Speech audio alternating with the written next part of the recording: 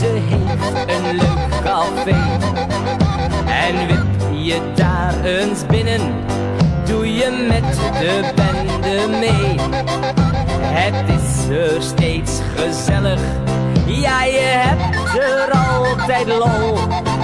En moest de stemming dalen, roep je doe ze nog eens vol. Ja, ze is de dochter van een kastelein.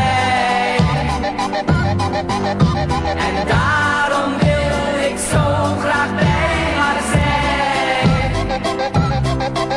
Ik zit de hele dag bij haar en we maken veel plezier.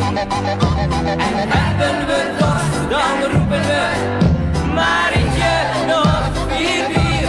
Ja, ze is de dochter van een kastelein. En geloof me vrij, ze mag er zijn.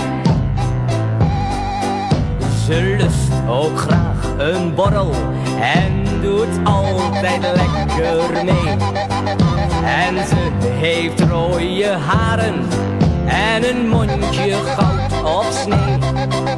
Ze heeft 2 mooie benen en de rest mag er ook zijn. En in de bolle bloesje is het heus geen valse schijn.